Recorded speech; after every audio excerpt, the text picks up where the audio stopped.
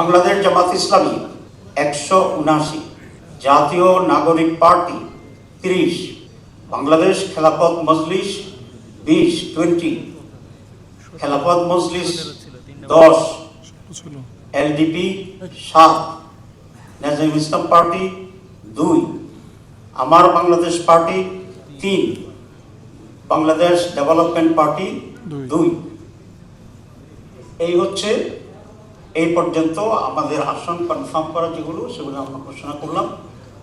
বাকি আসনগুলোই আমাদের আরও যারা শহীদুল আছে আমরা আশা করি ওনারা এখানে ঐক্যমত্যের ভিত্তিতে ওনারাও আমাদের সাথে থাকবেন এবং তখন আমরা ওনাদের আসনগুলো যেগুলো বাকি আছে সেসব বিষয়ে আপনাদেরকে অবহিত করবো ইনশাআল্লাহ।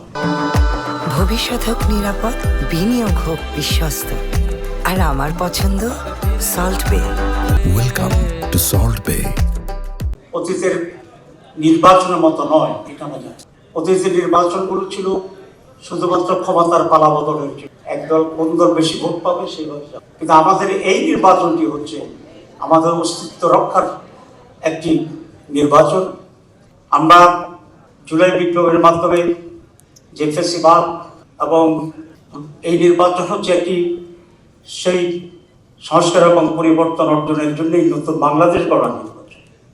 সুতরাং এই নতুন বাংলাদেশ গড়ার নির্বাচনে আমরা সকলেই ঐক্যবদ্ধ থেকে অত্যন্ত সিরিয়াসলি এটাকে বিজয় করার জন্য আমাদের উপর এটা আমি মনে করি নৈতিক দায়িত্ব এবং কর্তব্য।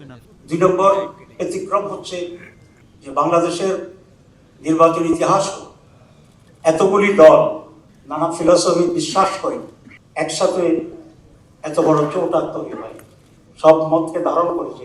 আলহামদুলিল্লাহ আজকের এই টেবিল, আজকের এই উপস্থিতি সেই জাতীয় ঐক্যের একটা মডেল এবং ঐতিহাসিক স্মরণিকা হিসেবে কাজ করবে ইনশাআল্লাহ। আমরা যে কথা বলেছিলাম যে ওয়ান বক্স পলিসিতে আমরা অগ্রসর, সেটা হচ্ছে আমরা যে সকল দল 11 দল এখানে যে সকল দল আমরা এই ঐক্যের ভিতরে আছি তাদের পক্ষ থেকে এক একটি কনস্টিটিউয়েন্সিতে একজন মাত্র ক্যান্ডিডেট থাকবে। এইটি হচ্ছে আমাদের ওয়ান বক্স পলিসি এবং সেটাকে ধারণ করে আজকে আমরা এখানে আসছি। আমরা সকলে মিলে ঐক্যবদ্ধভাবে আমাদের আসন বন্টনের ব্যাপারে আমরা একমত হয়েছি।